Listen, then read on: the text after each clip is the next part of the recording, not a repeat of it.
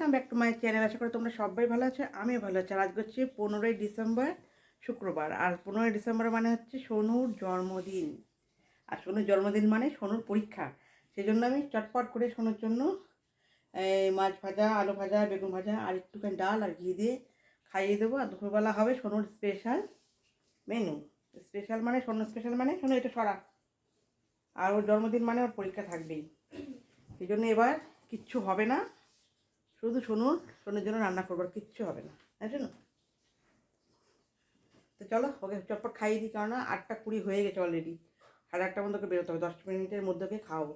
তো চলো ওকে খাইয়ে নিই, তারপরে ওকে দিয়ে আসছি, তারপরে কথা বলছি।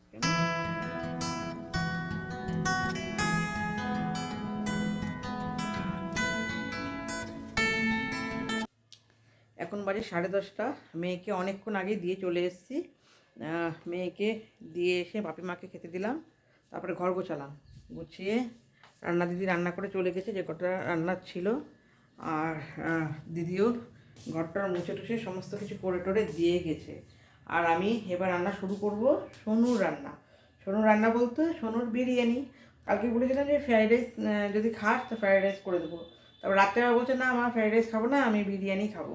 তার জন্য বিরিয়ানি খাবো। আর ওর বাবা সকালবেলা চিকেনটা এনে দিয়ে গেছে। আর সোনু যেহেতু মাটন খায় না, তো কোনো মাটনের কোনো তো সিন নেই। কিছুটা রান্না করে দিয়ে গেছে। কী অবস্থা, দিদি কিছুটা রান্না করে দিয়ে গেছে বলতে বাপি আর মায়ে ইলিশ মাছ করেছে। আর একটা তরকারি করছে, সমস্ত কিছু দিয়ে তরকারি করেছে। আর চিকেনটা তো করবো, বাপি কিছুটা দেবো। আর দিদি পেঁয়াজ রসুন সব কেটে দিয়ে গেছে, কিন্তু পেঁয়াজ আমার আরও লাগবে, পরে আমি কেটে নেবো, বলেছে মার হয়ে যাবে। তো আর আজকে ব্রেকফাস্ট হয়েছিল হচ্ছে কড়াইশুঁটি কচুরি আর আলুর দম।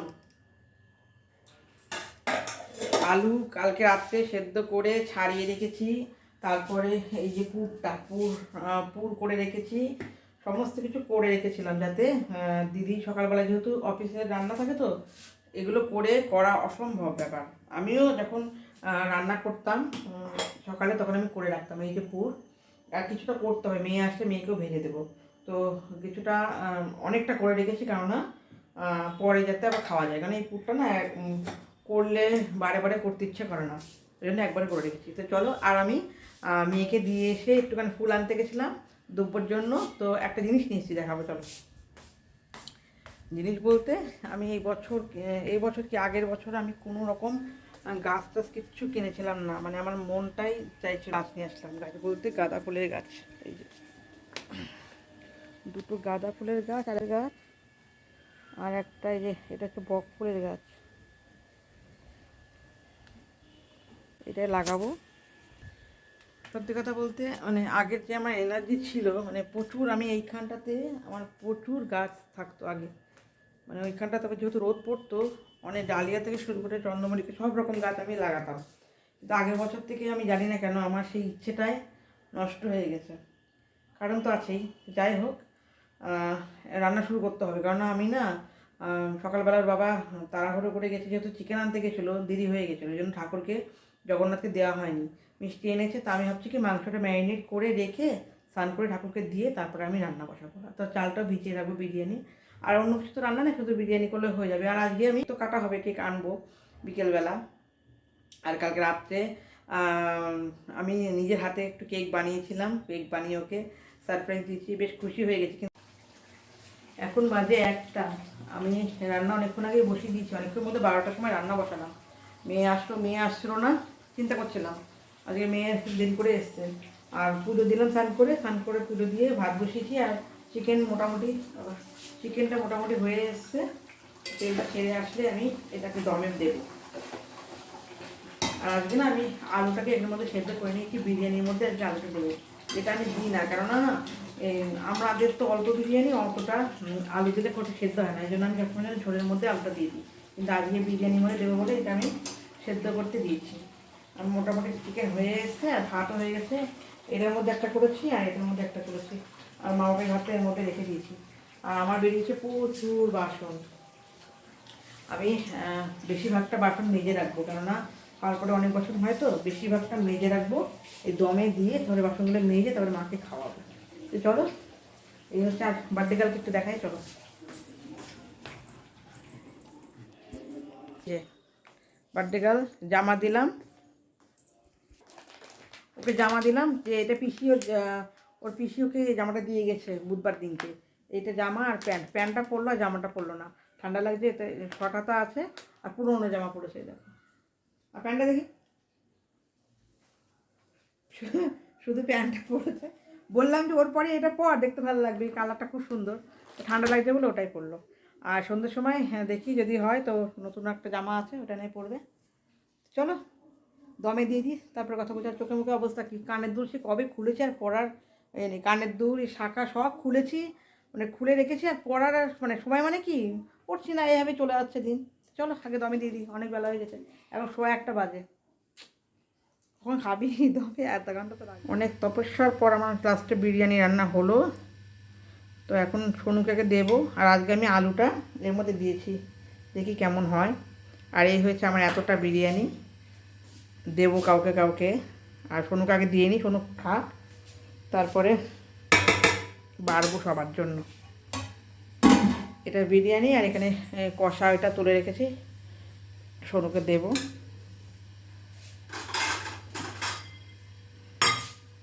তারপর আমি খাবো, আর আমি তো খাবো ওর প্রসাদটা, সকালবেলা যে খাবারটা খেয়ে গেছিলো, এই যেখানে সমস্ত ধরা পড়ে রয়েছে, জানি একা একাই খেয়ে নেবে, আমার টেনশন নেই।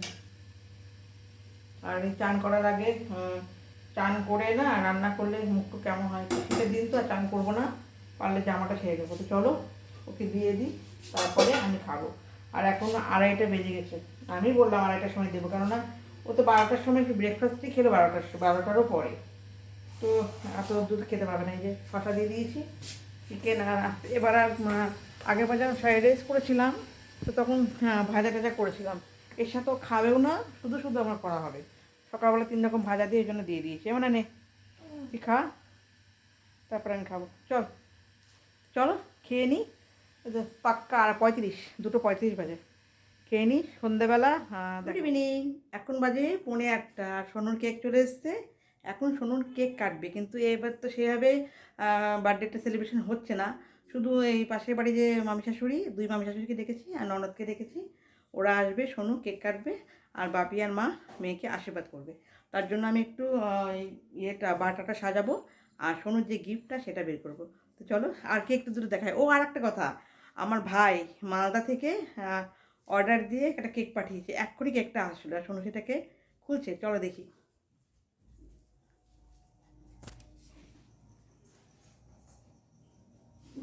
লাইটটা জ্বালো,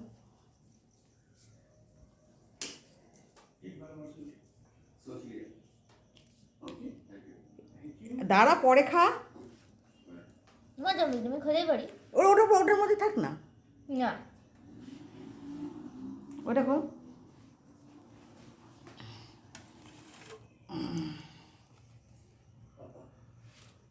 ওটা খো, এটা বাবা নিয়ে এসছে, এটা খো।